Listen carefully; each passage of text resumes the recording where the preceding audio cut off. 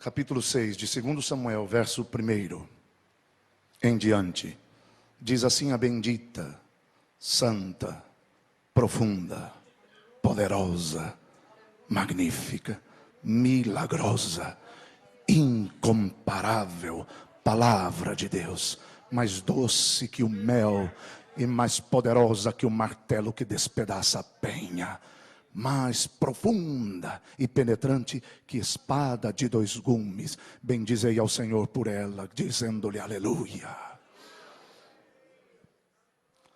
Tornou Davi a ajuntar todos os escolhidos de Israel em número de 30.000.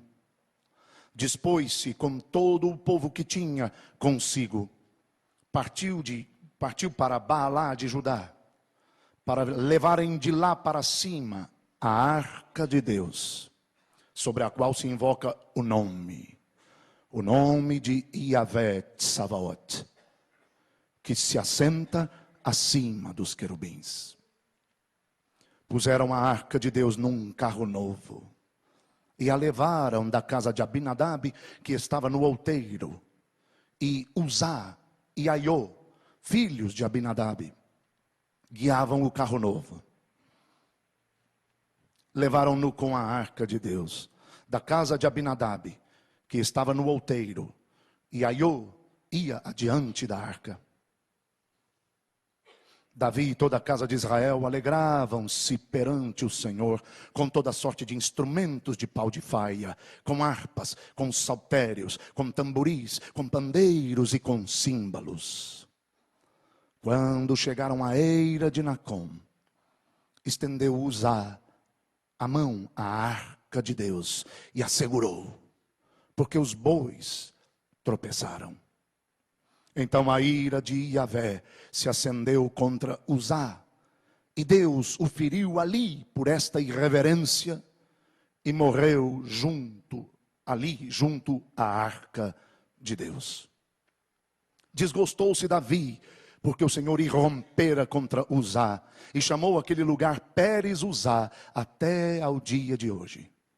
Temeu Davi a Yahvé naquele dia, e disse: como virá a mim a arca do Senhor? Não quis Davi retirar para junto de si a arca de Yahvé para a cidade de Davi, mas a fez levar à casa de Obed-edom, o geteu.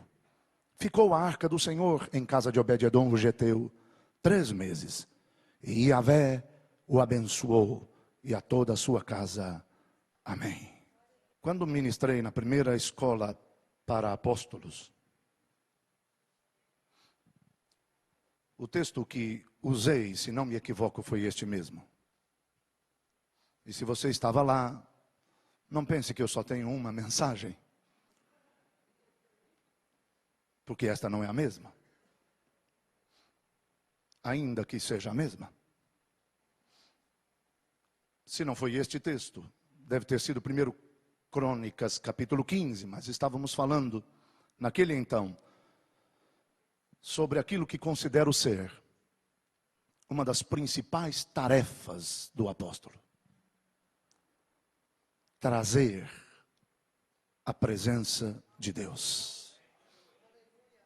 Se é labor apostólico estabelecer fundamentos, e se o fundamento é Cristo, como apóstolos e profetas, nossa mais importante função,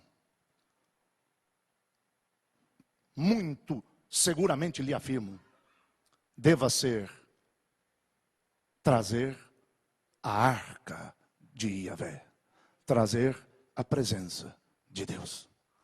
Por favor, diga a quem está ao seu lado: não há como estabelecer o fundamento sem trazer o fundamento. Não há como estabelecer o fundamento sem trazer a presença de Cristo Jesus. Portanto, o trabalho apostólico exige, demanda, requer que nos tornemos hábeis em provocar a manifestação de Cristo Jesus em nossas famílias, em nossas congregações ou igrejas, no bairro onde estamos estabelecidos e que Deus nos confiou, na cidade onde Ele nos plantou e que Ele quer nos entregar.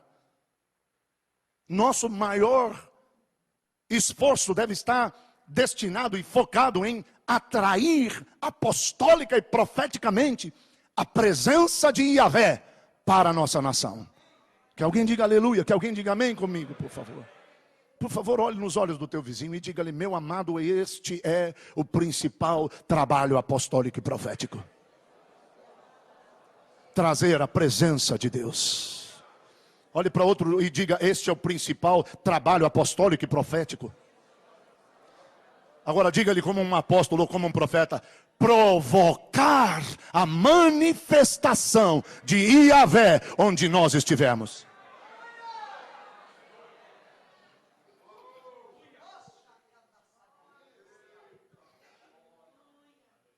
Naquele então, na primeira escola, eu compartilhei alguns passos que deveríamos dar como apóstolos e profetas para que pudéssemos trazer a arca nos ombros, para que pudéssemos provocar, atrair a manifestação de Hashem sobre a nação brasileira, que Ele está desejoso de entregar em nossas mãos e de transformar, como tantas vezes temos ouvido, em a primeira nação totalmente cristã, totalmente salva, e na maior nação de adoradores sobre a face da terra. Mostrava-lhes quanto trabalho teve Davi, e que revelações há em cada um dos passos dados pelo apóstolo da adoração do Antigo Testamento, a fim de levar a arca, a presença a Israel. Não tratarei do mesmo assunto, mas naquela oportunidade eu estava focando a segunda tentativa de Davi de conduzir a arca até Jerusalém, até Sião, que terminou bem sucedida. Nesta oportunidade, porém, Deus me leva a compartilhar isso baseado na primeira tentativa de Davi de levar a arca de volta a Israel. Depois da tragédia de 2 Samuel capítulo 4, quando a arca de Deus foi tomada pelos filisteus, numa peleja, numa batalha, o que provocou a morte de Eli e dos seus filhos sacerdotes. A arca ficou fora de Israel, ou do seu lugar, melhor dito, por um período entre os filisteus, e depois devolvida na casa de Abinadab, o sacerdote. Segundo alguns teólogos,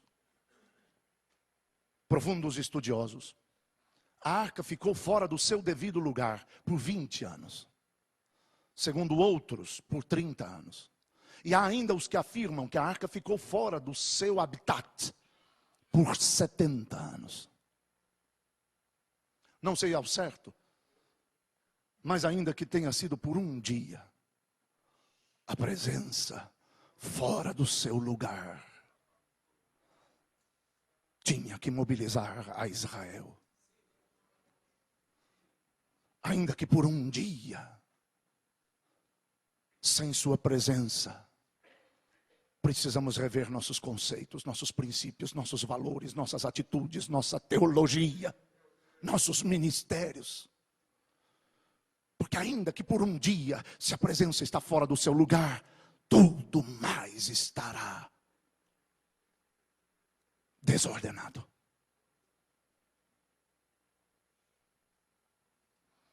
Durante tanto tempo, um profeta foi levantado, cresceu, amadureceu, Samuel, mas não mobilizou a nação para buscar a presença outra vez. Um rei foi solicitado, o pedido foi respondido, um rei foi respondido, um rei foi instituído, levantado, travou batalhas, venceu guerras, perdeu outras tantas e morreu. Mas o rei Saul também não mobilizou a nação para buscar a arca. Então surge Davi, de trás das manadas. Segundo nos foi dito, segundo a imagem que nos foi passada, o menino ruivo, baixinho e com sardas no rosto. Alguém que, se de repente chegasse em nossa igreja, nós viéssemos a dizer: ainda não é o teu tempo, garoto. Ainda não está na tua hora, menino. Você ainda vai ter que crescer muito. Você ainda vai ter que deixar as fraldas. Fica quietinho, fica. Senta no teu lugarzinho e vê se aprende alguma coisa na nossa big church. Quem sabe um dia Deus te levante. Mas com este perfil, que talvez você e eu, ao contemplar, não dessemos crédito. O Deus que vê além e que sonda os corações, o levantou. E um dos seus principais atos, depois de reunir o reino dividido, depois de unificar Israel, ato contínuo, como bons batistas, assim lavraríamos nossa ata. Unificou Davi o reino, ato contínuo, mobilizou a nação para buscar a presença de Yahvé. Outra vez. Por favor, meu irmão, diga à pessoa que está ao seu lado: se perdermos a presença, se não soubermos atraí-la, se não aprendermos a mantê-la, tudo estará perdido.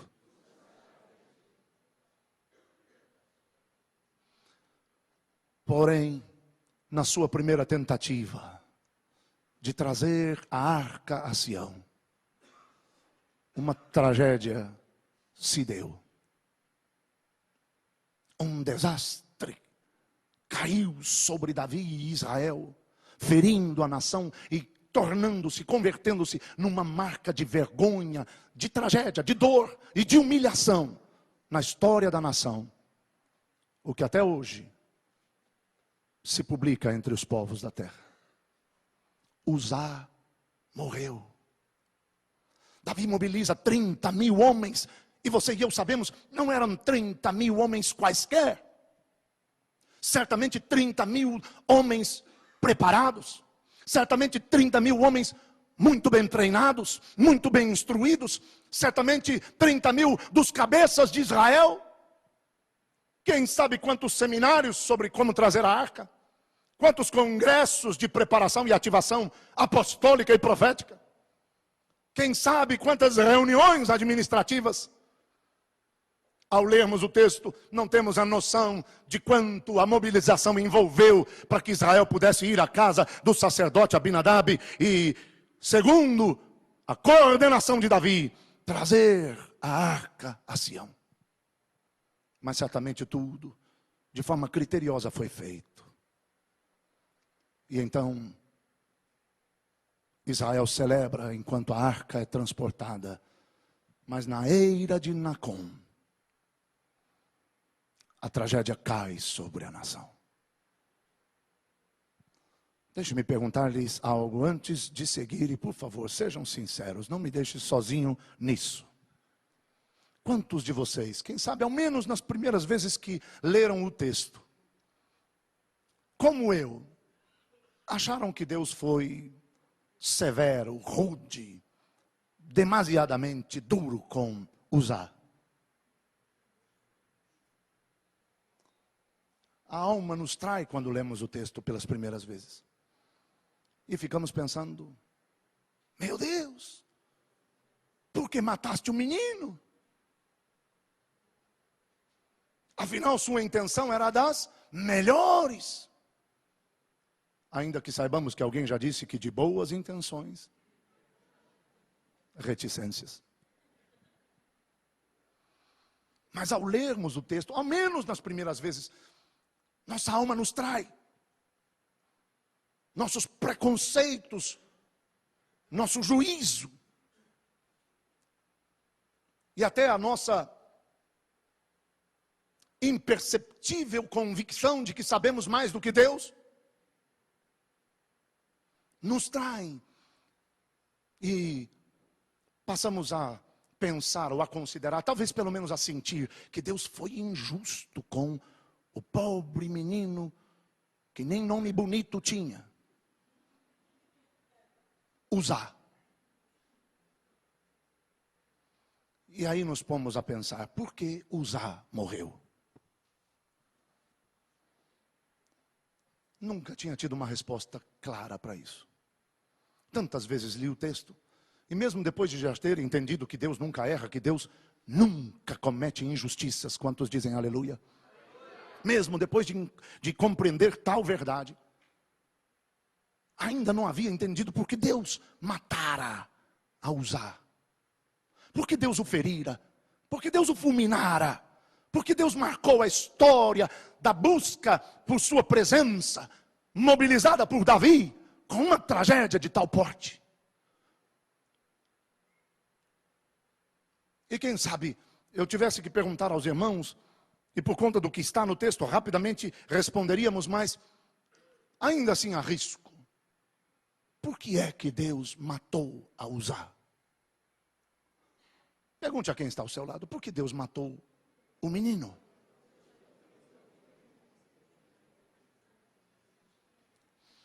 E por conta do que está no texto, repito, todos nós iríamos responder de uníssono. Por irreverência. Era para ser em uníssono, mas ok. Afinal de contas, o texto diz, versículo de número 7. Então a ira de Rachem se acendeu contra Uzá, e Deus o feriu ali por esta irreverência. Então, no final das contas, acabamos nos conformando, nos consolando.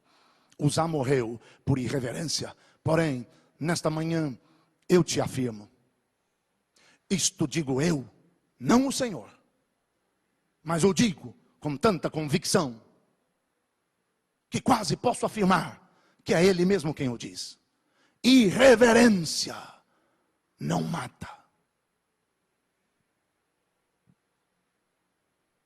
Irreverência não mata. Porque se irreverência matasse, cada vez que um celular toca durante um culto, quando a palavra de Hashem está sendo ministrada, teríamos um velório. Se irreverência matasse, cada vez que um de nós se levanta e se move dentro do templo consagrado a Hashem, durante a leitura da sua bendita, poderosa e inenarrável palavra, morreríamos e teríamos um velório.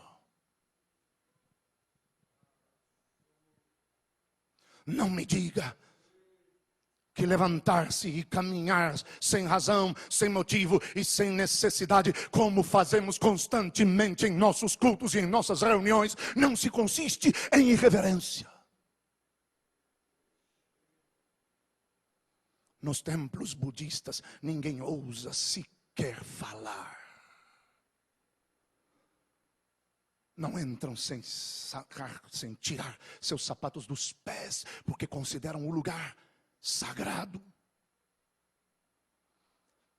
Não adentram sem antes prostrar-se 7 vezes diante da imagem de Buda, que se diz Deus, que é seguido e adorado por tantos como Deus, mas que Deus nunca foi, não é e nunca será, porque só há um Deus, Pai, Filho e Espírito, Yahvé, Yeshua e o Ruach HaKodesh, a quem glória em toda a terra, assim como nos céus, pelos séculos dos séculos.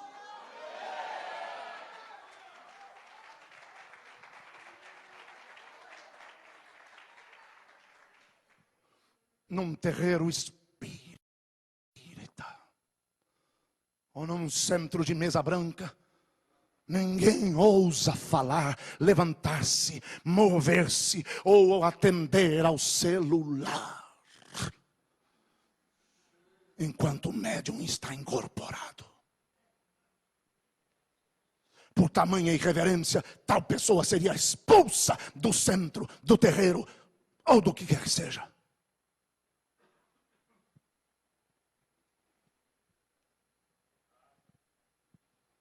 Mas nas nossas igrejas, enquanto a palavra está sendo lida, até a pizza de depois do culto, nós ousamos combinar uns com os outros.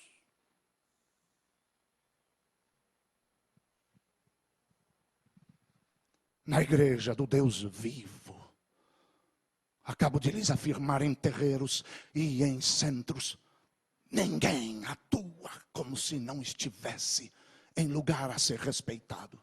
E estamos falando de gente equivocada, que segue a médiums, a bruxos, feiticeiros, encantadores, instrumentos malignos, a guias e orixás, como se fossem deuses, mas que não passam de demônios, porque Deus só há um, o Todo-Poderoso, Criador do Universo, a quem glória e honra pelos séculos dos séculos.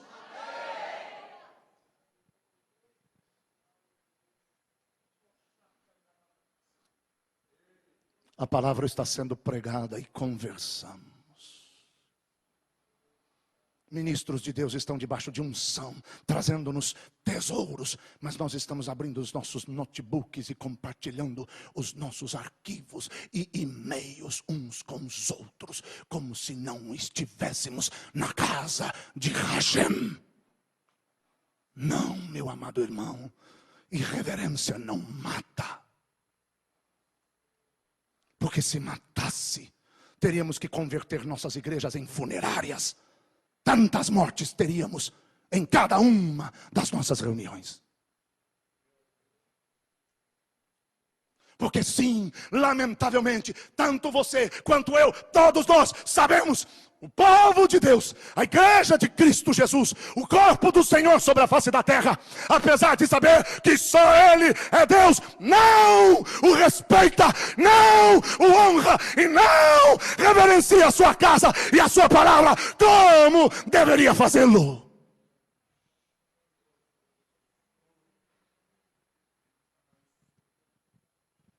Volto a repetir-lhes. Nos movemos durante a palavra, caminhamos durante a leitura bíblica, conversamos durante a ministração do Senhor. Abrimos laptops, compartilhamos nossos arquivos e e-mails. Veja o que me enviaram. Uau, que lindo. Tocam os celulares. E ao invés de nos envergonharmos por não tê-los desligado, antes de entrarmos no templo, nos curvamos na cadeira e dizemos: alô, não, estou falando baixinho porque eu estou no culto. Sem vergonha!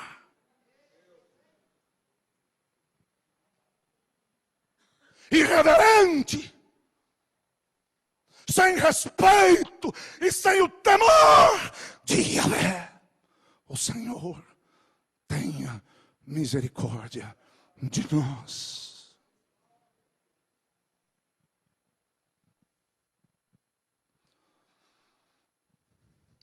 Ministros estão sendo levantados pelo Espírito na plataforma, no púlpito ou no altar. Chame do que desejar, meu amado irmão. Antigamente chamávamos de altar, mas éramos batistas. E diziam que éramos idólatras do altar. Então,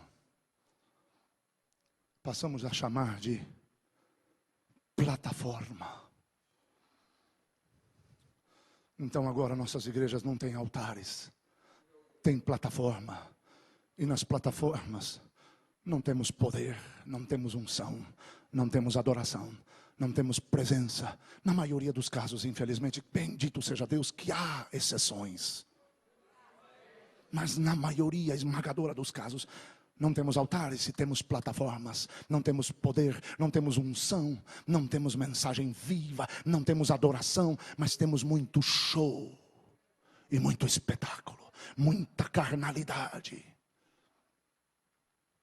e muita expressão de mera cultura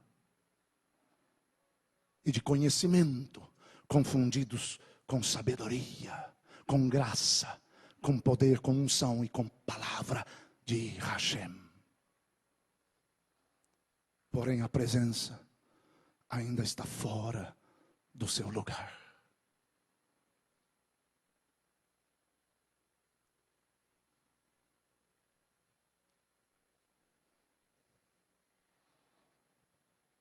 Eu não sei porque falei dos altares.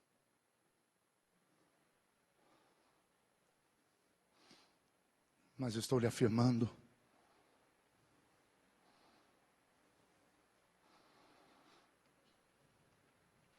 que trocamos nossos altares por plataformas. E enchemos nossas plataformas de luzes verdes, vermelhas, azuis. E quanto gelo seco. Fumaça, brilho, luz, show. Porque já não temos altares.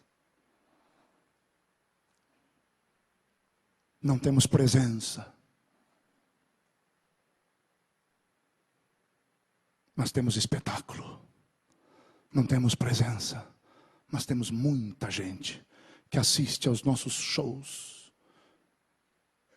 Não temos presença, mas temos astros e estrelas da TV e da música pop testemunhando que são evangélicos agora. Seu caráter não foi mudado, sua vida não foi transformada. Não se submeteram ao senhorio do Messias e não se abriram para as correções da palavra.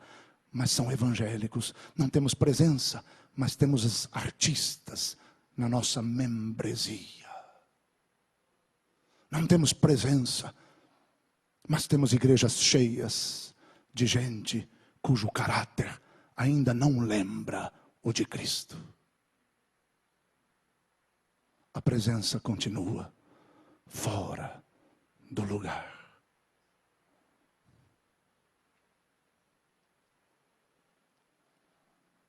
Não nos importamos muito porque, como não são altares, já não precisam ser reverenciados. Descobrimos que a igreja não é o templo. E como o templo não é a igreja, é só o lugar que abriga a igreja, chegamos à conclusão de que no templo também já não há necessidade de reverência.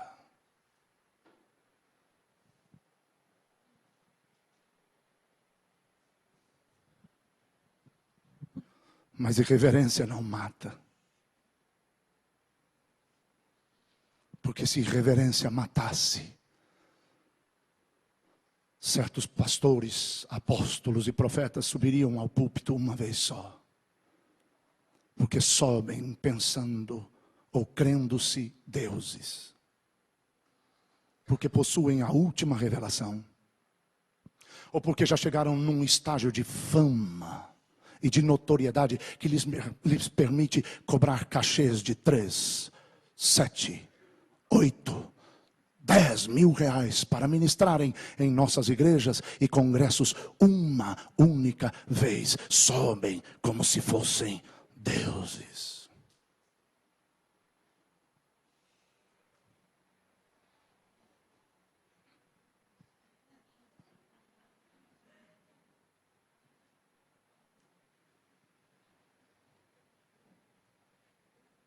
Nesta noite, Deus vai marcar a sua vida. Eles têm jeito, eles têm oratória, eles são bons atores, eles sabem mover o teatro que sacode, empolga a massa e pregam como se eles fossem o ápice dos ungidos, o topo da nata dos pregadores cristãos. Agem no púlpito como se Deus estivesse na glória, encurvado em sua cadeira, com um organizer e uma caneta na mão, anotando a mensagem e dizendo a Gabriel e a Miguel: Miguelito, Gabriel, tomou nota disso? Tem alguém filmando? Alguém grave isso, porque esta revelação da minha palavra nem eu mesmo tinha.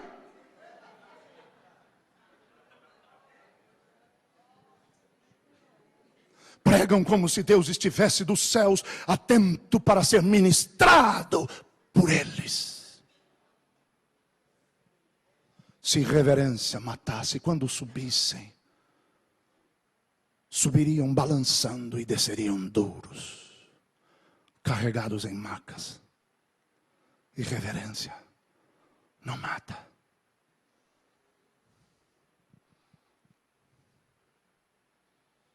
Não mata. Por que, Alexandre? Porque irreverência não é a doença, é só o sintoma.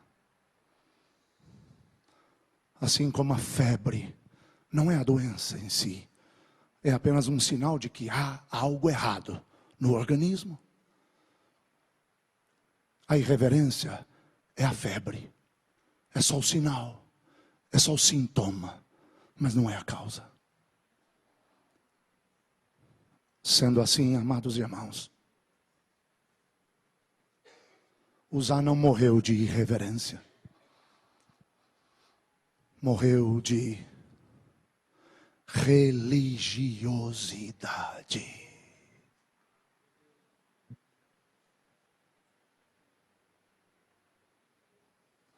Porque a irreverência é só uma das manifestações da religiosidade. Vejam, se por 20, 30 ou 70 anos, não sei, mas ainda que tenha sido por 20 anos, a arca ficou na casa de Uzá e Aiô, na casa de Abinadab, o sacerdote, na casa de seus pais. Estes meninos cresceram vendo a arca encostada num canto da sala. Estes garotos cresceram contemplando a arca na sala de estar da família. Estes meninos cresceram vendo e considerando a arca apenas como um adorno a mais para a sala da sua família. Você sabe, crianças são crianças. Eu não consigo ver Uzá e Aiô quando crianças, senão brincando como toda criança, e às vezes de pique-esconde. E quantas vezes será que Uzá encontrou o irmão Aiô escondido atrás da arca, agarrado nela?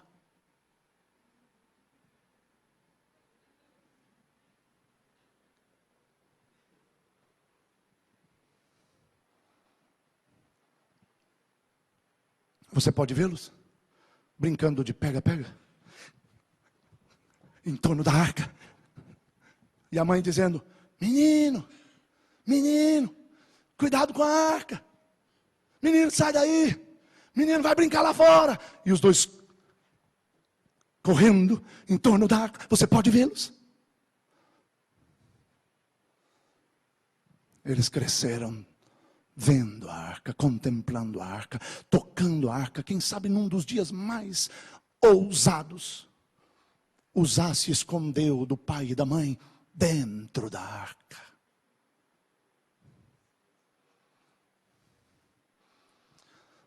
Davi, não exagere.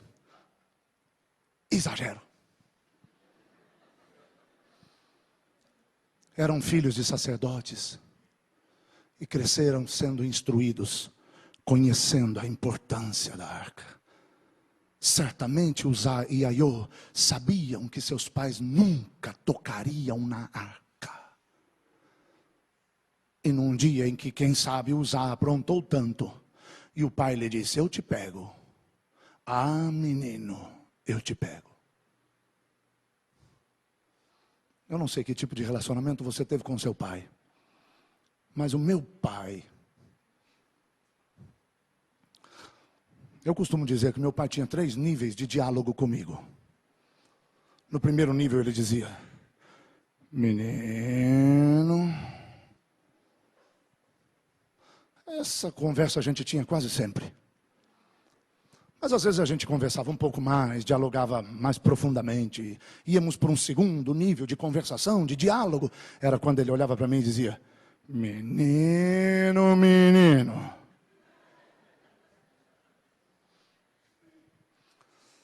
Às vezes, meu pai estava de bom humor, amável, dócil, tão carinhoso. Então nós entrávamos no nível mais elevado. O terceiro nível de diálogo que eu tinha com meu pai. Porque meu pai era meu herói, o homem de pedra. Ou às vezes era o homem de aço. Às vezes era duro, às vezes era frio. Mas às vezes ele também era meu herói, o homem borracha. Era quando a gente entrava no terceiro nível de conversa. Que era quando ele olhava para mim e dizia: menino, menino, pá! Sempre nesse nível, terminávamos pelo menos com um toque.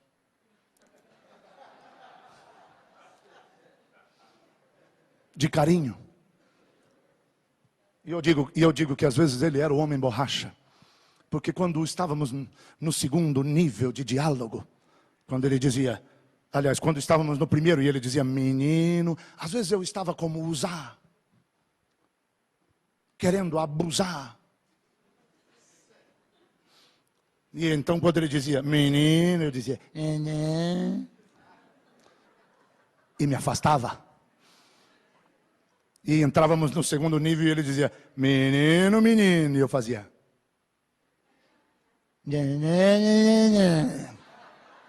porque eu pensava, aqui ele não me alcança. Mas aí o homem borracha surgia e tchum, pá! Ele alcançava. Uma vez ele não alcançou. Uma única vez ele não alcançou. Foi quando eu fui para a porta, e no segundo nível, quando ele disse, menino, menino, eu disse, menino, menino, coisa nenhuma, você não me pega. E pss, saí correndo para a rua. Corri, garoto. Toquinho de gente. Numa esquina, já cansado, olhei para trás. Sabe quando você dobra a esquina e depois faz assim? E lá vinha o senhor João Alves, com a cinta na mão, marchando firmemente.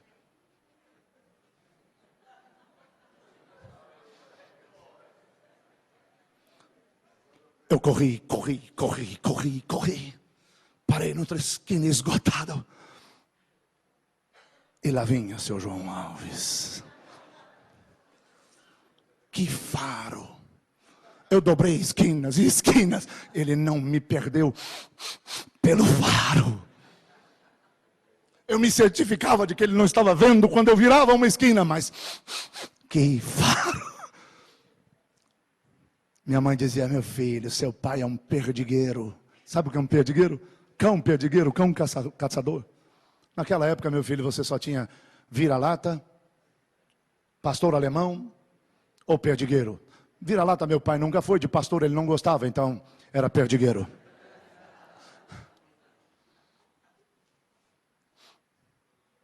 Voltei para casa, me escondi, bem só para terminar o assunto.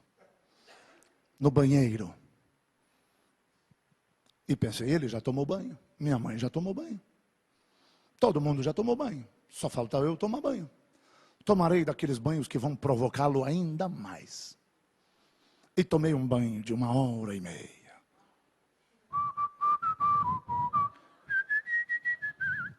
E que banho. Quando terminei o banho, me enxuguei e disse, mãe. E ele respondeu, estou aqui sim.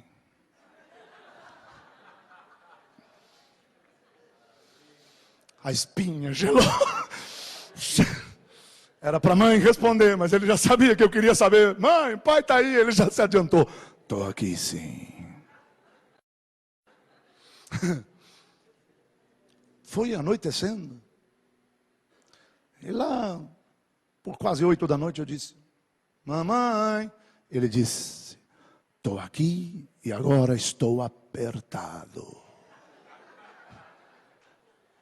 Bem, eu vou encurtar o assunto. Dormi no banheiro. E quando amanheceu o dia e eu me despertei, era boia fria, tinha que acordar de madrugada.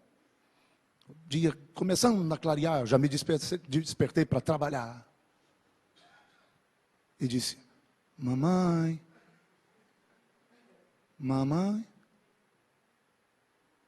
Apelei: pai, o senhor está aí? Silêncio. E eu disse: venci a peleja. Mas por via das dúvidas, abri a porta.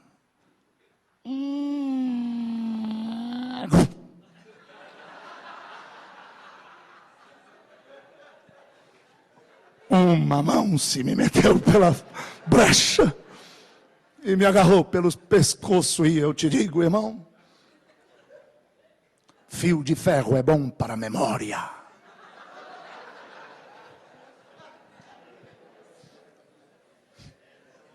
Você nunca esquece. Então eu imagino usar num desses dias. Fugiu, correu. Mas lá vinha Abinadab, firme e forte. Então talvez, quem sabe, passou pela cabeça de usar.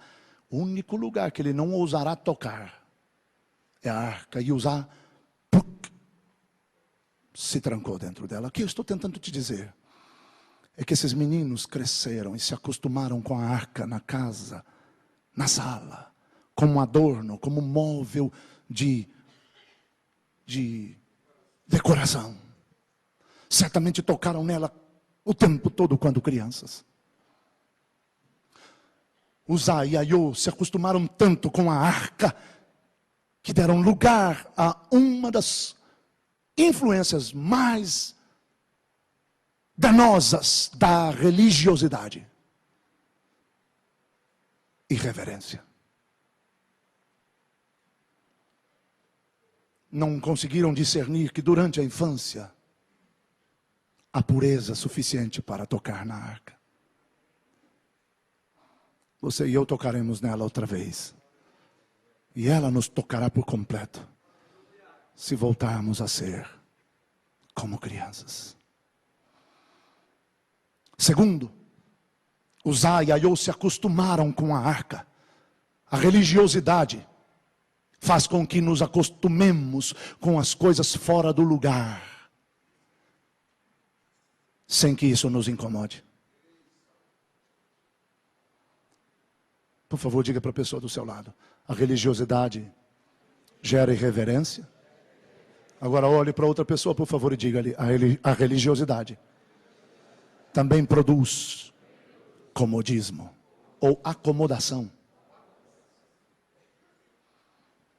A religiosidade faz com que nós nos acostumemos com as coisas fora do lugar, sem que isso nos incomode. Uzá e Aiô cresceram sabendo, certamente lhes afirmo, como família sacerdotal, seu pai tinha a obrigação de lhes instruir e de lhes formar para serem levitas e sacerdotes no futuro. Uzá e Aiô, portanto, cresceram sendo instruídos a respeito da arca, de sua importância, do seu significado e de onde ela deveria estar. Mas, muito embora tenha havido o ensino, a formação, o treinamento e o preparo, Uzá e Aiô se acostumaram com a arca, não no tabernáculo, mas em sua casa, e a religiosidade lhes invadiu, gerando a irreverência e a acomodação. Porque a religiosidade faz com que nós nos acostumemos com as coisas fora do lugar, sem que isso nos incomode.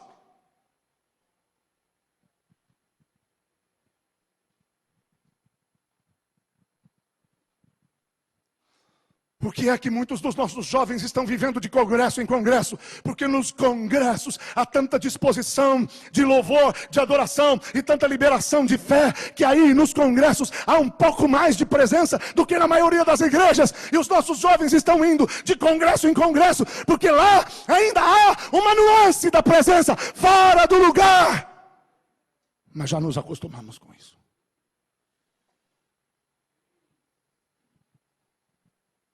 Já não nos incomoda Que a presença não esteja nos nossos templos, não esteja nos nossos cultos, não esteja nas nossas reuniões. Nós até liberamos, enviamos, fazemos propaganda e pagamos os eventos para que eles pelo menos tenham em algum lugar um contato com a presença, ainda que fora do lugar.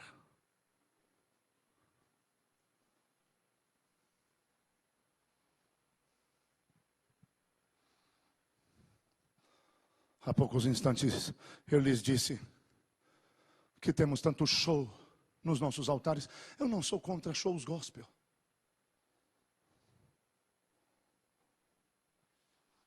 Ainda ontem, alguém conversava comigo sobre o futebol e dizia: eu sei que você odeia o futebol.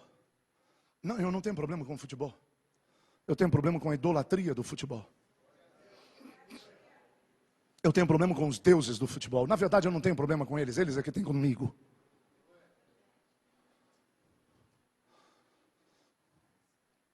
E assim como eu não tenho problema com futebol, não tenho problema com shows gospel. Eu gosto da boa música. Sou um adorador. E, para mim, me bastam algumas horas no Santo dos Santos para que eu o prefira ao átrio. Mas eu entendo que a igreja precisa do átrio. Então eu não vejo problema em termos shows gospel. Eu não vejo problema em termos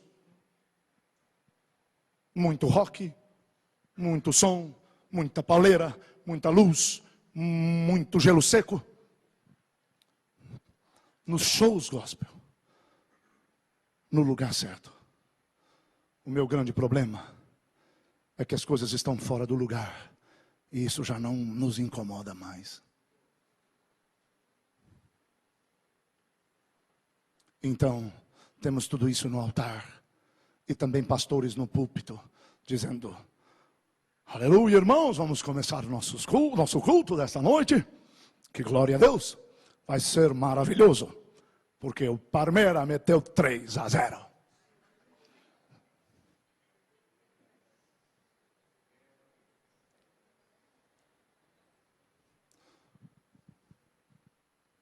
O que está me matando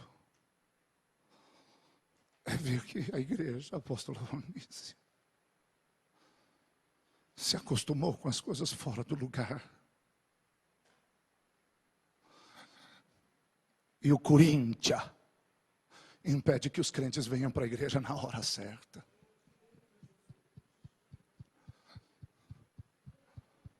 E o São Paulo, Santos ou outro clube qualquer, ou as nossas copas do mundo, impedem que a gente tenha cultos como de costume. Temos que mudar os horários dos nossos cultos para depois do futebol.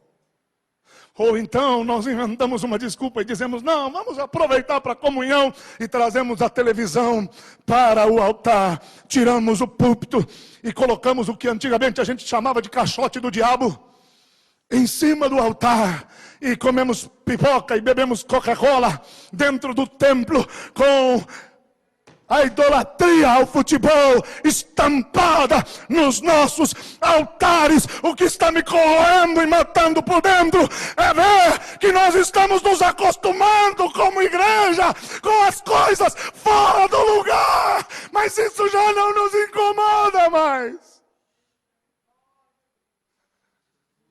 Religiosidade.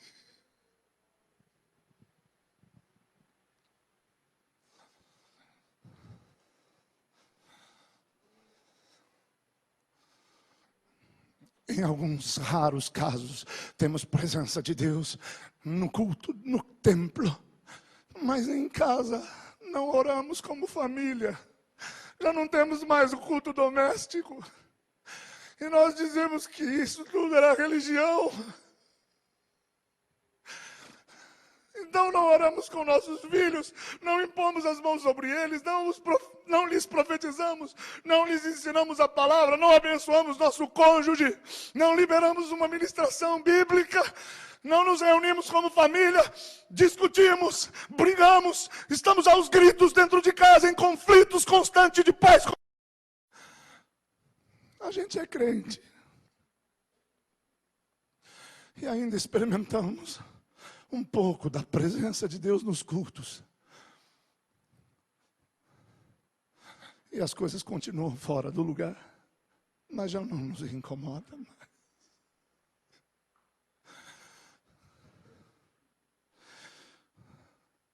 Em nome do não religião, nos tornamos superficiais. Em nome do não religião, nos tornamos críticos, porque agora se alguém levanta a mão, o outro critica dizendo que ele é religioso. Se alguém ajoelha, os outros vão criticar e julgar porque é religioso. Se alguém chora enquanto prega, alguns procuram pedras porque ele é religioso. Já não se pode mais dobrar os joelhos, alçar as mãos e chorar diante de Deus, na casa de Deus. Por quê? Porque é religiosidade. O que a gente tem que fazer agora é pôr a galera para gritar: eu sou livre, eu sou livre, eu sou livre, eu sou livre. Eu sou livre para correr, eu sou livre para deitar, eu sou livre para babar, eu sou livre para chorar, eu sou livre para rolar, eu sou livre para gritar: eu sou livre, eu sou livre. E chamamos isso de adoração. Determinados grupos gravam seus CDs com músicas que não passam de frases repetitivas, mas a mídia toca. Os jovens gostam. Trazemos isso para a igreja e chamamos isso de adoração, porque pelo menos todo mundo pula, todo mundo grita, todo mundo vibra.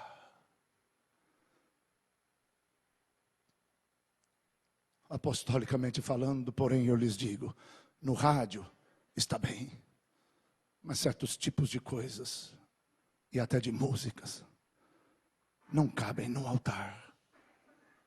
Está fora do lugar, mas nós nos acostumamos. Religiosidade já não nos incomoda mais.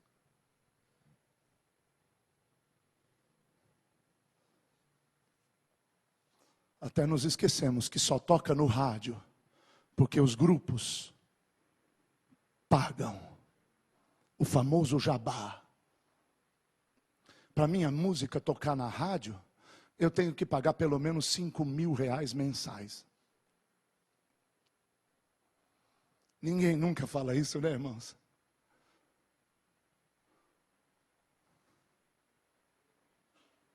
Às vezes eu me pergunto por que é que a gente tem que falar, Valnice? Por que nos criticam tanto? Dizem que nós é que somos religiosos, nós é que somos críticos, nós é que somos radicais, nós é que somos bitolados e fanáticos, nós é que somos geração ultrapassada, que a gente não entende a galera. Se o negócio é agitar, meu filho, saiba que eu sou dos que são de Caleb. Aos 80, ainda terei muita força para entrar na guerra e sair dela com os despojos, fazendo muita festa para Hashem.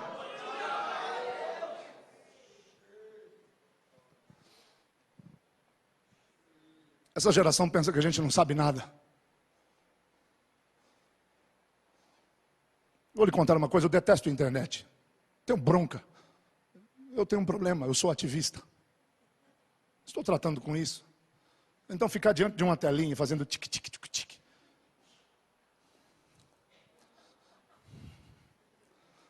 E esperando a boa vontade do notebook abrir o bendito do arquivo ou fazer o download. Me incomoda. Só uso porque tenho que usar. E porque não gosto, não sei nada. Mas teve uma ocasião aí que não ajustavam a agenda no nosso site. E eu fui falando com dois, com três, falei com Raimundo e com todo mundo, ninguém arrumou. E eu disse, quer saber? Minha mãe tinha um ditado, quem quer faz, quem não quer manda. Eu sei que a gente tem que delegar, mas às vezes a gente tem que, ao invés de mandar, fazer. Então, aquela foi uma situação assim. Então eu fui ao menino que sabia do assunto e disse, como é que chama o trem que cuida do nosso trem? E ele disse, como que é isso? O negócio que cuida do nosso negócio? Explica melhor, apóstolo. A coisa que cuida da nossa coisa. E que põe nós nesse negócio. O senhor está falando da internet? Chama provedor. O meu provedor é outro, mas aleluia. Eu entendo. Como é que chama? Chama isso. www. não sei o quê. Qual é a nossa senha para entrar lá e saber das nossas coisas? É essa. Já volto. Diabo, eu te repreendo. Te ato e te amarro. Eu vou entrar nesse negócio com a sabedoria de Deus. Orei e disse: o meu Deus fez Aholiabe e Bezalel dormirem como ilustres desconhecidos e acordarem como dois dos mais sábios de Israel. Da noite para o dia, dormiram e acordaram sabendo ser designers, desenhistas, pintores, ourives, costureiros, etc, etc, etc. Toda a obra do tabernáculo lhes foi revelada numa noite. Orei e disse: o meu Deus é o Deus que ungiu Bezalel e Aholiabe. Pai, com os demônios atados, me faz entrar nesse negócio e resolver esse assunto. Eita, e agora?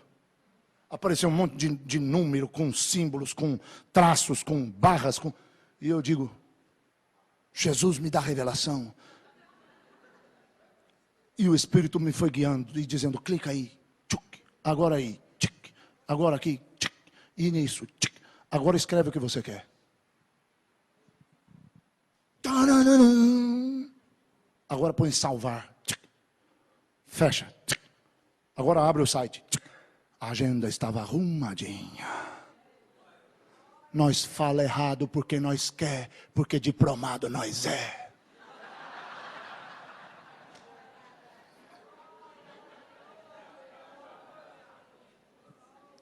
Posso não saber tudo, mas tenho um Deus que sabe.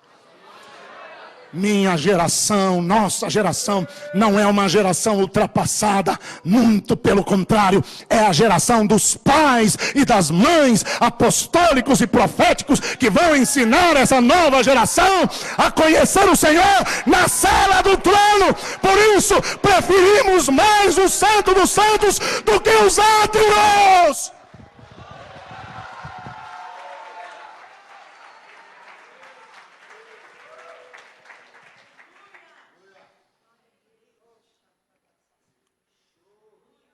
Em nome do não religião, temos permitido que uma geração de jovens rebeldes se levante nas nossas igrejas como profetas. Em casa desrespeitam pai e mãe, levantam a voz com pai e mãe, mas no altar querem profetizar, sendo boca de Yahvé. Alto lá, algo está fora do lugar e não podemos nos acostumar com isso. Temos que abraçá-los, sentar com eles e ensiná-los. Alguém tem que lhes mostrar o caminho do Santo dos Santos. E quando eles descobrirem e entrarem lá pela primeira vez, não vão querer sair mais. Porque lhes virá a revelação de que nós somos livres para sermos escravos.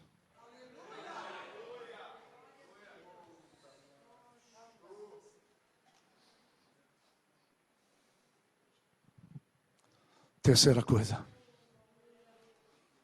Religiosidade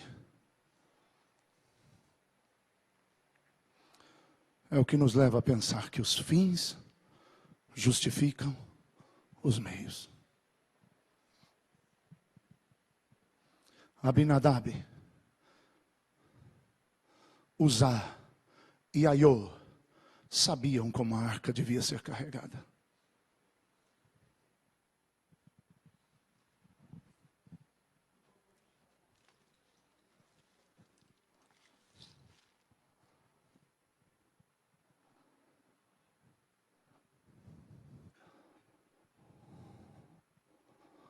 No passo da noiva, com total temor e tremor, depois de 7 dias fora do arraial, santificando-se, sem tocar em mulheres, sem tocar em mortos, e banhando-se com água da purificação.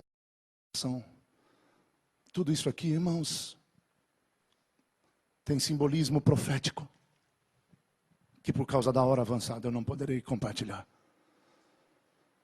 Mas a água da purificação, para quem não sabe, era a mistura de água limpa, pura, consagrada, com as cinzas do sacrifício. Para se carregar a arca era preciso ficar 7 dias fora do arraial, sem tocar em mortos, sem tocar em mulheres, e purificando-se. Com o quê? Água cristalina, mesclada com cinzas de sacrifícios. Então era preciso gastar 1 semana sacrificando. Havia um preço a ser pago. Abinadab, Uzai e Aiô sabiam como deviam carregar a arca, mas naquela oportunidade eles optaram pelo sistema filisteu. Os filisteus devolveram a arca num carro de bois novinho, com bois nunca usados. E então Abinadab, Bezalel e Aiô, que deveriam saber como fazê-lo, acharam que podiam usar os métodos pagãos.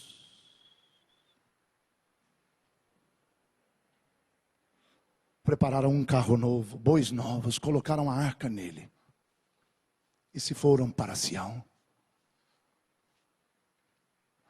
Tudo estava errado.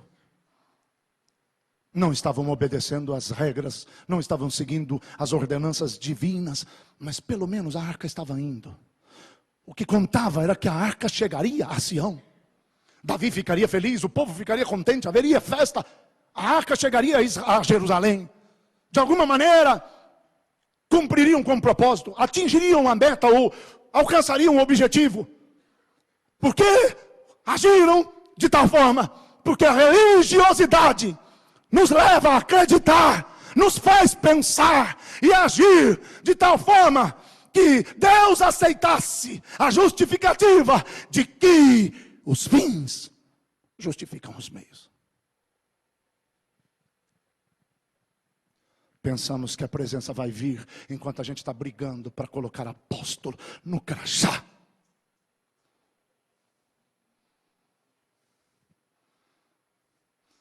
Pensamos que a presença vai vir enquanto nós mesmos estamos nos ungindo apóstolos, simples e tão somente para não nos sentirmos inferiores a quem quer que seja, ou simples e tão somente para que o nosso ministério esteja um pouco mais consolidado, mais reconhecido, mais respeitado ou mais projetado. Deus não pode vir por meios pagãos. O sistema ímpio tem se infiltrado na igreja, o paganismo, o sistema filisteu tem se infiltrado e nos tem feito acreditar que os fins justificam os meios. E a presença está fora do lugar.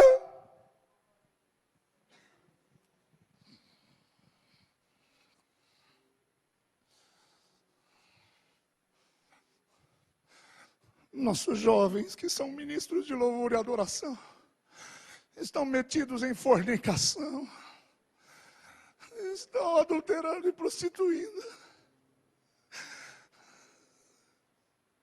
Mas não importa. Pelo menos temos boa música para Deus. Os fins justificam os meios. Religiosidade. Não sentamos com eles. Não ouvimos esses meninos. Não os discipulamos. Não lhes ensinamos a ministrar adoração com santidade. Eles nem sabem o que estão fazendo. Não sabem nem o que é louvor, o que é adoração. Quantas vezes tenho ouvido pastores dizendo: vamos levantar a Deus uma adoração, e os jovens sobem e começam a cantar: entrei no terreno do inimigo. Isso é festa, isso é júbilo, isso é celebração, isso é louvor, isso é átrio, não é adoração. O que foi pedido foi outra coisa. Nossos jovens não sabem a diferença entre louvor e adoração, entre átrio e santo dos santos. Estão fornicando, estão em prostituição, assistem filmes pornográficos, têm revistas masculinas em suas casas, estão cobiçando as namoradas uns dos outros e até os maridos de outros e as mulheres de outros. Mas que importa? Não importa. O que conta é que a gente tenha boa música na igreja. Os fins justificam os meios. Religiosidade. Chegam atrasados, não cuidam do próprio instrumento, não participam do ensaio. São rebeldes e irreverentes, mas são bons músicos, deixa eles aí.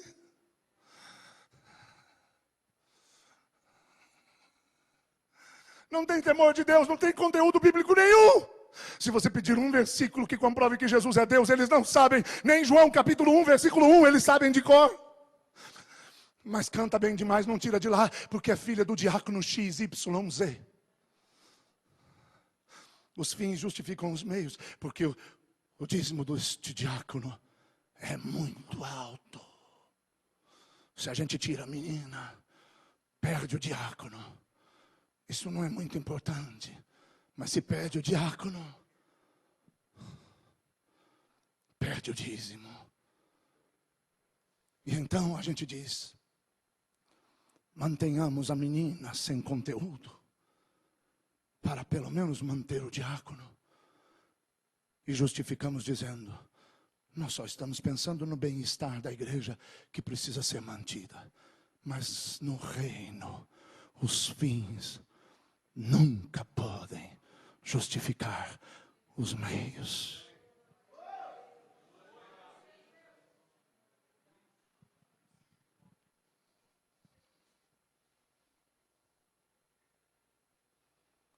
Diga para quem está do seu lado, religiosidade, irmão, provoca irreverência, nos faz comodistas e acomodados. Nos acostumamos com as coisas fora do lugar. E isso já não nos incomoda mais. Nos acostumamos com as coisas de Deus, mesmo sem Deus. Mas não nos incomoda. Diga para ele, terceiro lugar, irmão. A religiosidade faz a gente pensar que os fins justificam os meios. Por último, mas não menos importante, a religiosidade faz a gente viver de aparências.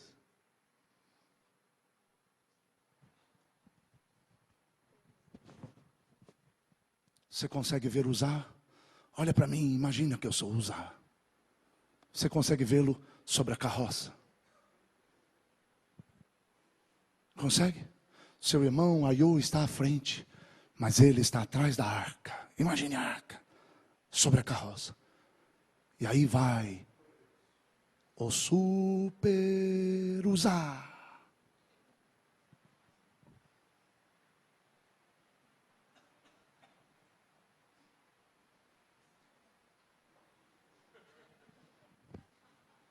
Vai, boi.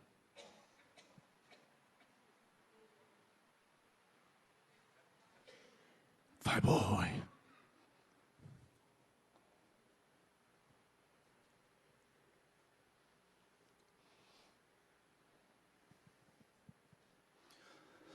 Ele está contrariando a vontade de Hashem. Mas ele pelo menos está em cima do carro alegórico. Vai, boi.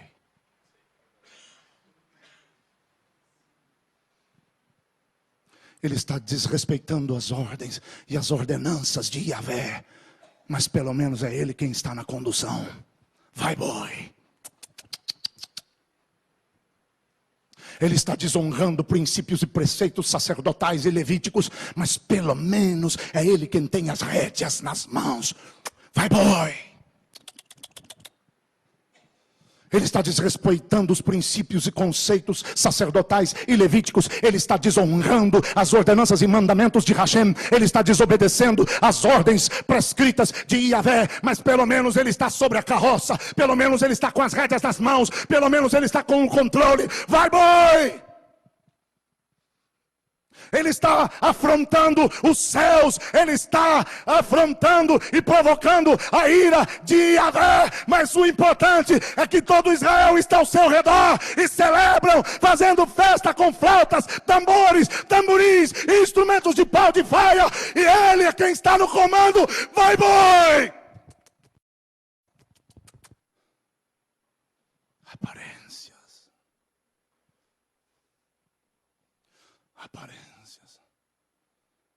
Aparência. Está tudo errado, está tudo fora de ordem. Ele está usando os princípios pagãos, ele está usando os métodos que afrontam e provocam a ira do Todo-Poderoso. Ele está procedendo como se não fosse um israelita, levita e futuro sacerdote instruído na Torá. Ele está agindo como se fosse um pagão irreverente, como se fora um filisteu. Mas pelo menos todos estão olhando para ele. Vai, boi!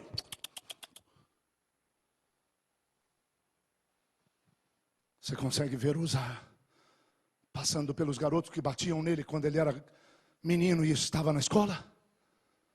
Antes ele apanhava. Agora ele passa pelos meninos e diz, e faz.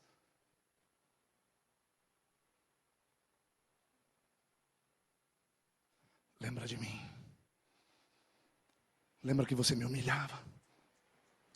Lembra que você zombava de mim. Lembra que você me afrontava. Lembra que você me batia. Mas olha onde você está. E olha onde eu estou. Desrespeitando Yahvé. Desonrando Hashem. Quebrando seus princípios e mandamentos. Desonrando a sua palavra. Agindo como um pagão, como um filisteu. Usando métodos que geram náuseas no estômago do excelso, supremo e sublime Criador do universo. Mas olha onde você está e onde eu estou. Está tudo fora do lugar. Eu já me acostumei com as coisas erradas. Isso já não me incomoda mais. Eu já me acostumei com a ausência de Hashem. Isso já não me incomoda mais. Eu já sou irreverente, mas isso também não me afeta. Os fins justificam os meios. E o que conta é que quem está levando a arca sou eu. Mas apesar dos pesares, olha onde eu estou. Vai, boi!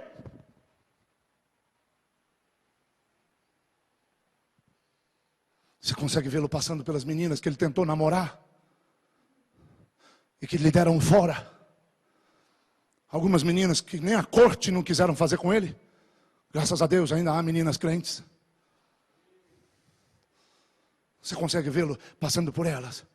Agora elas estão pensando, caramba, eu perdi o gato principal de Israel. O comandante da arca, o guia do cortejo festivo de Israel. Olha o que eu perdi. Elas agora estão arrependidas e suspirando de paixão. Você consegue ver Uzá passando por elas?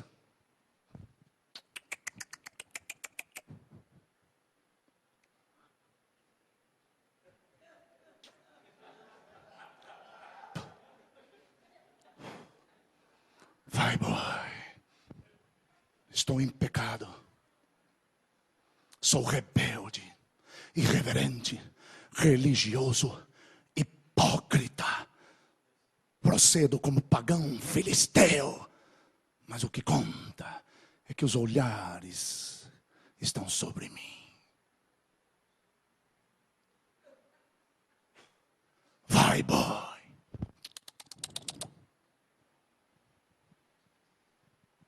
O que isso tem a ver conosco, Davi?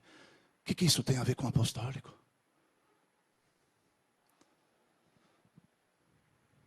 Somos apóstolos e profetas. Nossas igrejas não veem manifestação de Deus há muito tempo. Nossos cultos não têm manifestação da glória há muito tempo. De vez em quando alguém sobe, quando há um momento de unção forte, toma o microfone e diz, aleluia, irmãos, a glória de Deus está aqui. E todos vibramos, e todos aplaudimos, e todos gritamos, quando no fundo nós sabemos que a glória nunca chegou. Porque você e eu sabemos que o dia que a glória se manifestar, o dia que acabou de se revelar, o dia que a Shekinah invadir o templo, ninguém vai conseguir saltar e gritar, eu sou livre para gritar. Ninguém vai conseguir gritar, eu sou livre para correr, para babar, para deitar e para rolar. O dia que vier a glória, ninguém vai conseguir pregar, ninguém vai conseguir tocar, ninguém vai conseguir cantar.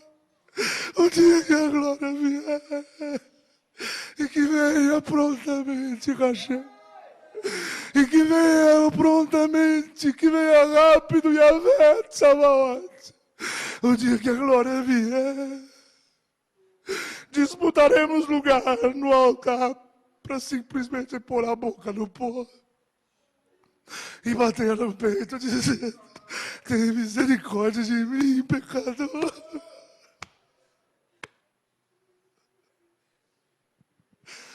O dia que a glória vier, você e eu vamos ter que nos arrepender da nossa religiosidade exacerbada e da nossa religiosidade camuflada em nome de apostólico e de profético. Quando a glória vier, quando podemos contemplar a sua plenitude, só nos sobrará espaço e tempo para nos humilhar diante dele e dizer: misericórdia de mim, porque tu és santo e eu não sou.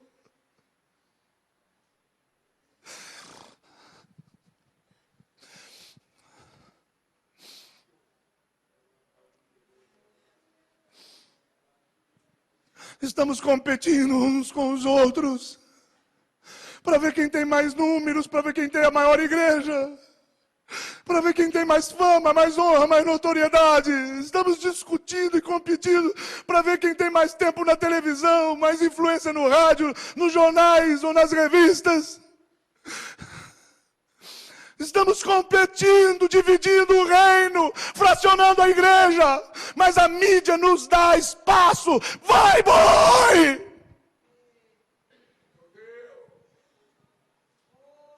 As revistas seculares estão falando de nós e glorificando o nosso crescimento como evangélicos. Continuamos rebeldes, continuamos religiosos, continuamos divididos, continuamos competindo, continuamos mentindo. Mas pelo menos a mídia secular já fala de nós, então vai, boi! Aparece.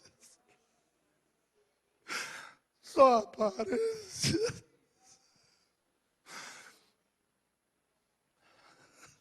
Eu mesmo ungi a mim como apóstolo. Eu provoquei na igreja um comichão para fazer de mim um apóstolo. Eu mobilizei isso no meu próprio povo. Eu fui quem ativou essa ideia da necessidade de ter um apóstolo na igreja, na minha própria congregação. Então alguém dos meus pastores orou, eu mesmo me ungi. Deus não me chamou, Deus não me comissionou, Deus não me ungiu. Eu provoquei isso, ou eu dei o meu jeitinho para que alguém viesse até aqui e derramasse o óleo na minha cabeça. Eu mesmo manipulei, eu comprei a unção. Deus está aborrecido com isso, mas o que importa é que eu sou apóstolo. Vai, boi.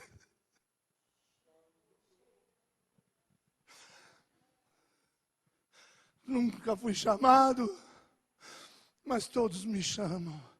Vai, boi. Aparência.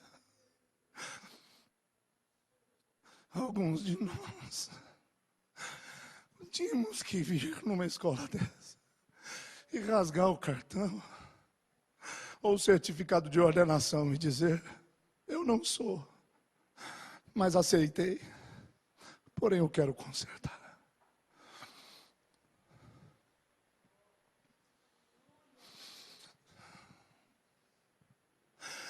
Oh, Deus.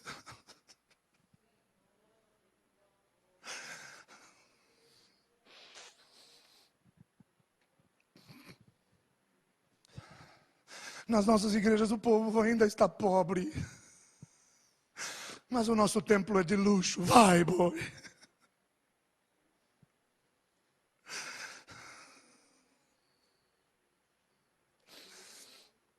Não temos presença de Deus, mas somos a maior igreja do bairro ou da cidade. Vai, boi! Nossos jovens não têm santidade, mas tocam e cantam muito bem. Já gravamos 3 CDs. Vai, boi!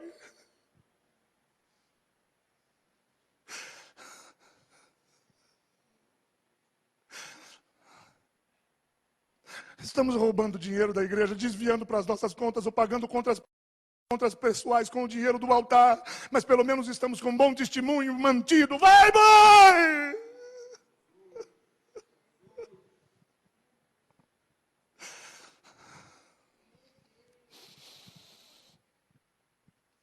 sabemos o que é apostólico, nem sabemos o que é profético, mas já mudamos o nome da nossa igreja e já somos uma congregação apostólica e profética. Vai, vai! Aparências, aparências, aparências, religiosidade.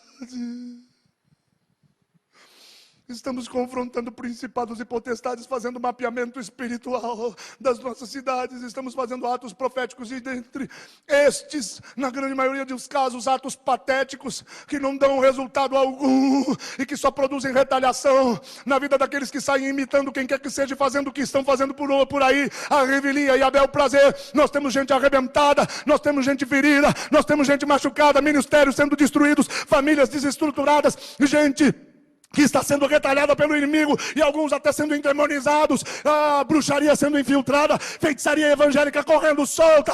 Mas o que conta é que nós temos um ministério de intercessão, o que conta é que nós temos os ministérios funcionando. Não está nada certo, tudo fora do lugar, não respeitamos os princípios e mandamentos bíblicos, mas nós somos uma igreja apostólica.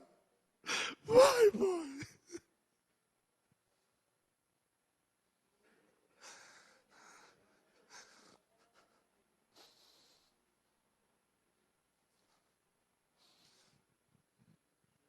Ainda não entendemos que apóstolo é servo.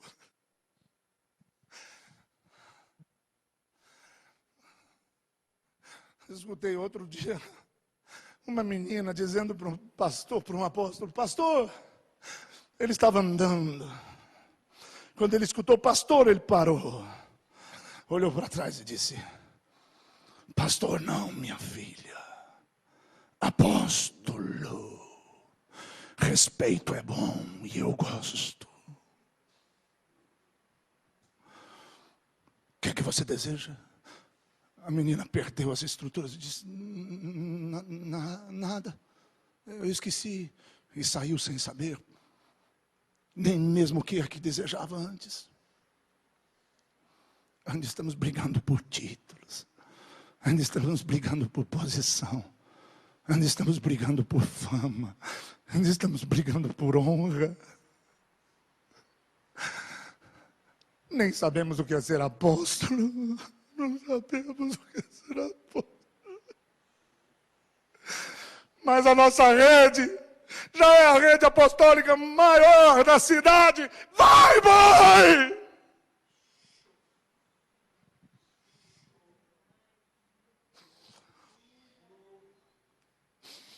Desrespeitamos os princípios, quebramos conceitos, desonramos a palavra, afrontamos Yahvé, usamos o povo, pelejamos contra Jezabel, mas não tiramos Jezabel de dentro de nós e continuamos manipuladores. Porém, a minha rede apostólica já é a maior do país. Vai, vai!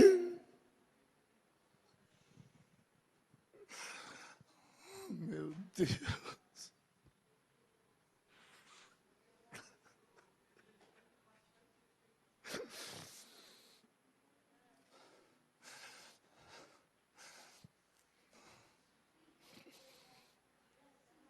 Meu povo não sabe buscar a arca. Meu povo não sabe adorar. Me perdoa. Nem os apóstolos sabem. Ontem, em tom de brincadeira, eu tentei lhes falar isso. Olhando do fundo, a gente percebe que vocês não têm nem disposição para levantar a mão, meu irmão. Porque você é o apóstolo. Você acha que é apóstolo e não precisa mais louvar? Nós achamos que somos apóstolos e não precisamos mais levantar a mão. Nós achamos que somos apóstolos e profetas, não precisamos mais cantar, não precisamos mais ministrar com o coração, não precisamos mais nos humilhar, não precisamos mais nos dobrar, não precisamos mais chorar e reverenciá-lo, não precisamos mais amá-lo e buscá-lo com paixão. A gente pensa que é o máximo, que é o bam, bam, bam. Nem nós sabemos adorar. Nosso povo não sabe adorar, não sabemos atrair a presença de Deus. Mas que importa? Depois que eu fui ungido apóstolo, eu prosperei. E agora eu tenho um Mitsubishi do último tipo, que custa R$170 mil. E a minha conta bancária está abastecida, porque agora não nos dão mais ofertas de R$100, nos dão ofertas de 5, 10, 15, 20 mil. Então, não importa se eu sou um adorador, não importa se eu atraio a presença de Deus, não importa se a minha igreja experimenta a glória, não importa se o meu povo sabe atrair sua presença, não importa se as coisas estão fora do lugar, não importa mais se estamos tentando justificar os meios pelos fins, não importa se já nos acostumamos sem a presença de Deus, e isso já não nos incomoda mais, não importa se nós somos e o nosso povo é irreverente, isso já não importa mais, o que importa é que eu estou bem, eu estou suprido, eu sou o apóstolo, vai, boy!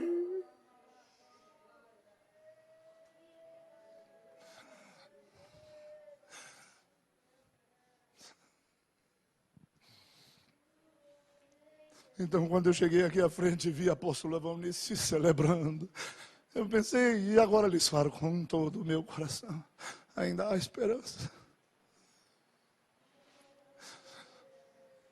Ainda há esperança.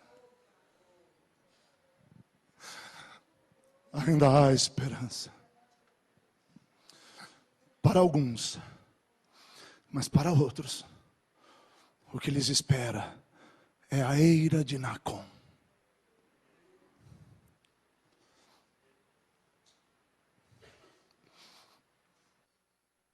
Eu sei o que eu estou falando. Eu sei que alguns dos nossos ídolos de louvor e adoração estão em adultério. Eu sei, meu irmão. Eu não posso fazer nada, porque se eu disser o teu nome, esses jovens que te admiram vão cair por tua causa. Eu não posso fazer nada, eu não posso nem dar o teu nome, mas eu te anuncio, se você me vir um dia, arrependa-te ou a eira de Nacon te espera.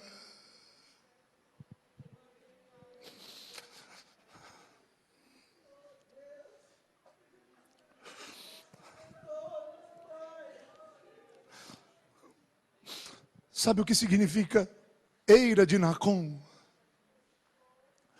Planície onde ninguém pode tropeçar. Por vezes Deus parece jogar com as palavras. Eira de Nacon significa planície onde é impossível tropeçar. Mas ali, o anjo de Yahvé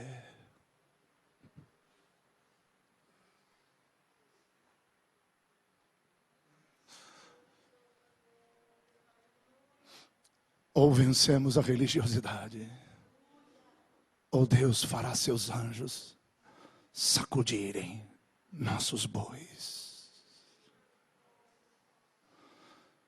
Termino com isso. Você deve estar se perguntando, Davi, o que isso tem a ver com apostólico? Você está pregando para apóstolos numa escola apostólica. O que isso tem a ver com apostólico? É que nesse caso, o levita era Uzá, o sacerdote era o pai dele, mas o apóstolo era Davi. Davi deveria ter dito, Abinadab, o que você está fazendo? Que carro é esse? Davi devia ter dito, Uzá, desce daí, rapaz. Você não vai em cima, a arca é que vai em cima de você. Davi era o apóstolo. Davi não podia ter deixado o povo correr em volta, saltando, pulando, cantando e gritando quando tudo estava fora de ordem. Davi deveria ter dito, parem isso. Como às vezes eu fico com vontade de fazer nos nossos congressos. Como às vezes eu fico com vontade de fazer nos nossos cultos. Às vezes eu fico com vontade de gritar, para com isso. Quando eu vejo jovens com roupas transparentes em cima do púlpito dançando. Nós estamos trazendo para cima do altar o espírito de Salomé, o espírito de prostituição, sedução e imoralidade. em nome de adoração, em nome das danças a Hashem. Movimentos sensuais, rapazes com trejeitos homossexuais dançando no altar. Alguém tem que gritar: para esse carro!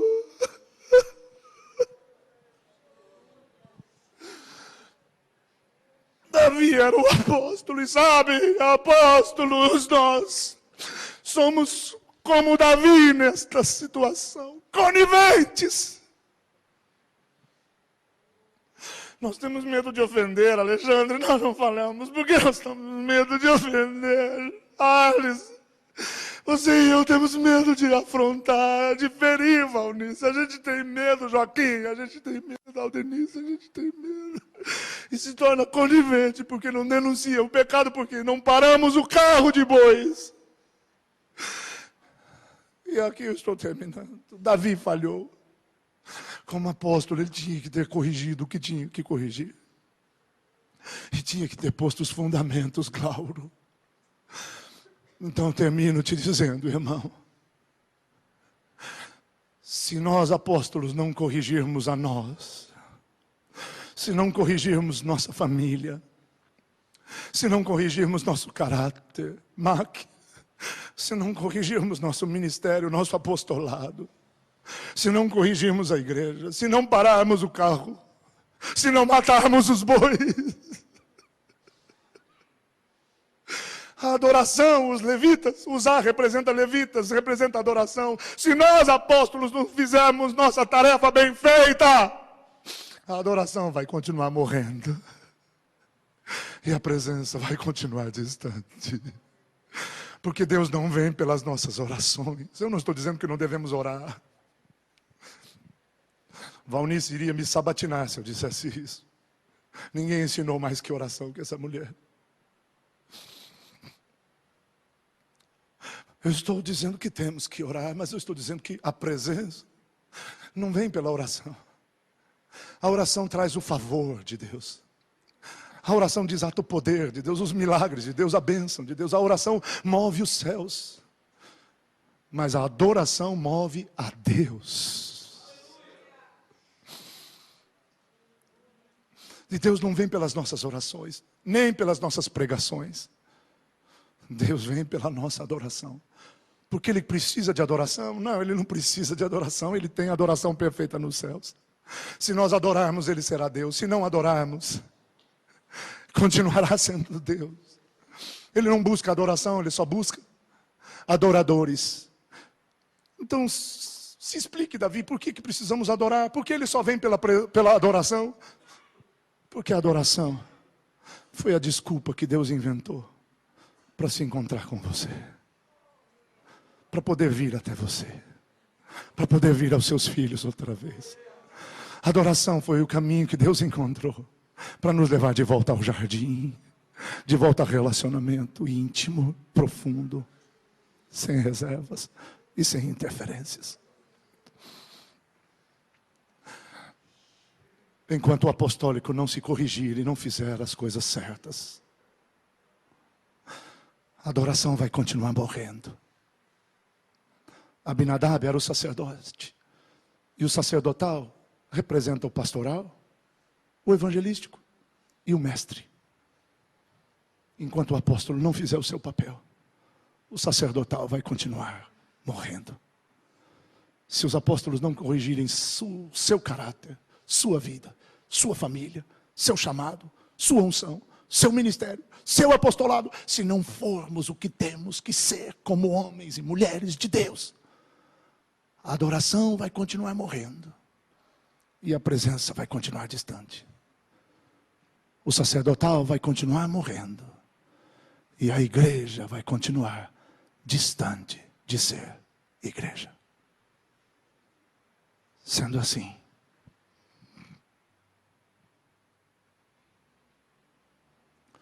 rogo-vos, meus irmãos apóstolos e profetas. Tenho feito isso algumas vezes. Alguns me dizem: oh, Davi, não é preciso. Alguns me julgam dizendo: mero teatro. Já houve quem me dissesse na cara: não acredito nas suas lágrimas. Não importa. Vou continuar fazendo o que tenho que fazer. E por isso me ponho de joelhos. E rogo-vos, meus amados irmãos em Cristo Jesus, apóstolos e profetas do Senhor,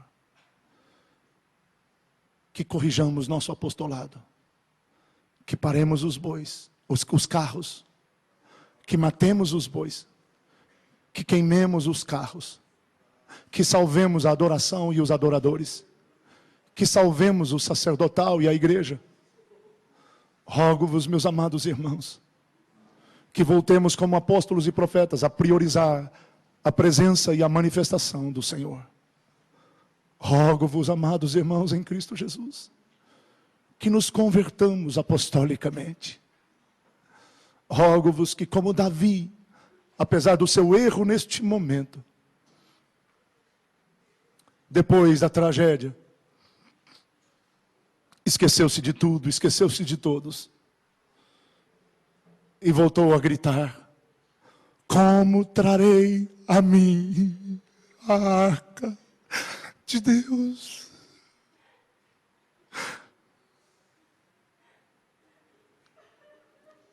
Não sei quantos já morreram no altar, quantos adoradores já perdemos, quanta adoração já morreu, quanto a presença se distanciou, quanto o sacerdotal não funcionou. Mas eu vos rogo que nesta tarde nos esqueçamos de tudo que já passou e que apostolicamente, para podermos corrigir o que resta, nos concentremos no grito de Davi, que deve ser o mais forte grito de um apóstolo: como trarei a mim? Como trarei ao meu povo? Como trarei a minha casa? Como trarei para minha família? Como trarei para minha igreja? Como posso trazer para o meu bairro, para a minha cidade? O que devo fazer para trazer ao Brasil a arca de Deus?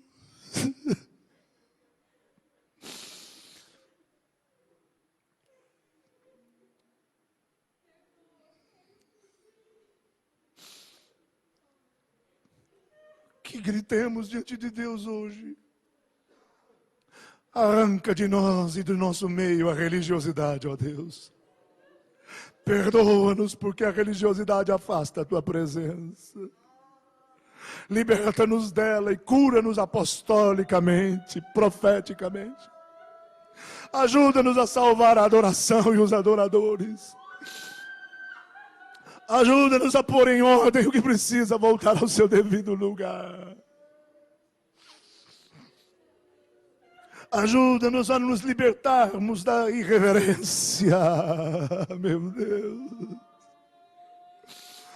Ajuda-nos, Senhor, a sermos livres da apatia, do comodismo, das conveniências, da cumplicidade com o pecado e com o que está errado e fora de ordem. Ajuda-nos a ser libertos do engano, do sofisma de que os fins justificam os meios.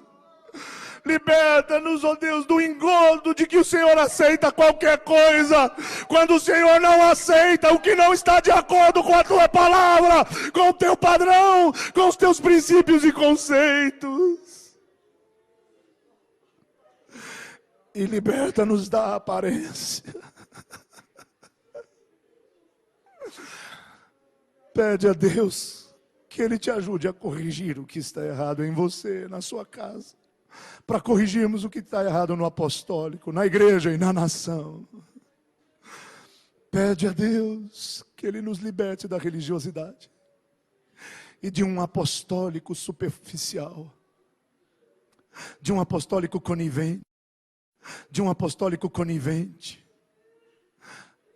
e acomodado,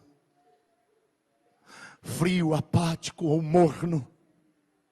Pede a Deus que Ele nos faça entender Que contribuição devemos dar para que a arca volte ao seu lugar? Que este seja o grito do apóstolo na nação brasileira. Como trarei a mim? Como trarei a minha família? Como trarei a igreja? Como trarei a minha cidade? Como trarei ao Brasil a presença e a glória de Yahvé? Ajuda-nos como apóstolos a nos centrarmos na busca do Senhor. Apóstolo Valnice, por favor. Eu a respeito tanto e a sua autoridade que eu preciso que você ore para que Deus nos ajude como apóstolos a nos centrarmos na busca da sua presença. Porque se restaurarmos a presença como apóstolos, tudo será restaurado por ela. Pai, Pai,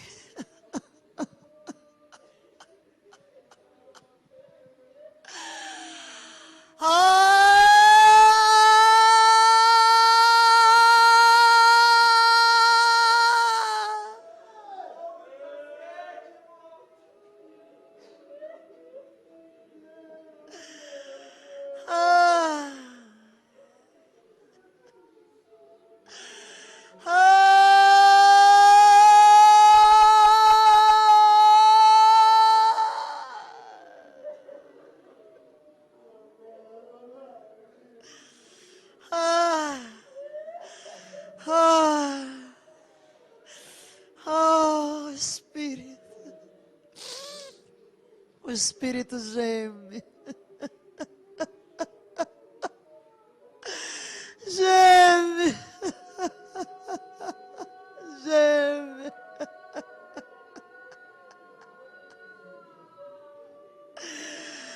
Oh, Racacê, Pai, vem dos céus e desce. Vem dos céus e desce, restaura o temor de Yahvé em nosso meio. Restaura o temor de Yahvé em nosso meio. Pai, não nos humilhamos na tua presença e te pedimos perdão. Perdoa a nossa loucura, a nossa insensatez. Perdoa a nossa rebeldia, o nosso orgulho, vaidade e soberba.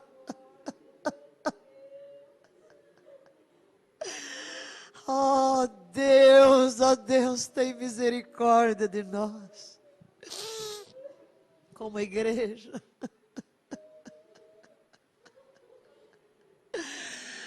Pai, Pai, Pai, converte-nos a Ti, seremos convertidos. Converte-nos a Ti, seremos convertidos. Derrama sobre nós o espírito de arrependimento, Pai. Vem, meu Deus, vem. Nós nos desviamos tanto do que é a igreja. Tanto. Oh, meu Pai, se os apóstolos se levantassem hoje, não reconheceriam nada. Não reconheceriam apóstolos, profetas, evangelistas, pastores, mestres, sequer reconheceriam a igreja de Jesus. Nós nos envergonhamos diante de Ti, clamamos, tem misericórdia. Vem, Senhor, vem de uma forma soberana, por amor de Ti mesmo. Por amor de Ti mesmo, vem. Tira o véu dos nossos olhos. Tira o véu dos nossos olhos, demole os alicerces da impiedade dentro de nós. Demole as fortalezas das filosofias humanas, dos conceitos humanos. das ideias humanas do que é ser apóstolo, profeta, evangelista, pastor e mestre, do que é ser cristão, do que é ser igreja. Oh meu Pai, oh meu Pai, que te diremos? Espírito de Yahvé, nem sequer sabemos orar como convém, mas confiamos em Ti, para interceder por nós com gemidos inexprimíveis. Tu nos reuniste neste lugar. Tu és o Deus do tempo. Tu és o Deus do lugar. E Tu nos trouxeste aqui, neste dia, neste lugar, para trazer a Tua palavra. Somos poucos aqui, mas representamos um grupo, um corpo, uma nação. E nós chegamos à Tua presença não sozinhos, mas trazemos conosco todos os apóstolos, todos os profetas. Trazemos conosco a igreja diante de Ti. Oh Espírito, Espírito de Yahvé, Espírito de Yahvé, Espírito de Yahvé. Gera em nós a vida de Jesus. Forma Cristo em nós, forma Cristo em nós. Ó Pai, podíamos clamar por tantas coisas, mas tudo se resume numa coisa só: forma Cristo em nós. Forma Cristo em nós. E nada importará na vida, senão a Tua presença. É a Tua presença que queremos acima de qualquer coisa. Pai, nada transforma senão a Tua presença. Não há conversão, não há mudança sem a Tua presença. Não há igreja sem a Tua presença. Nós rejeitamos tudo, toda aparência, meu Deus, nós rejeitamos toda aparência.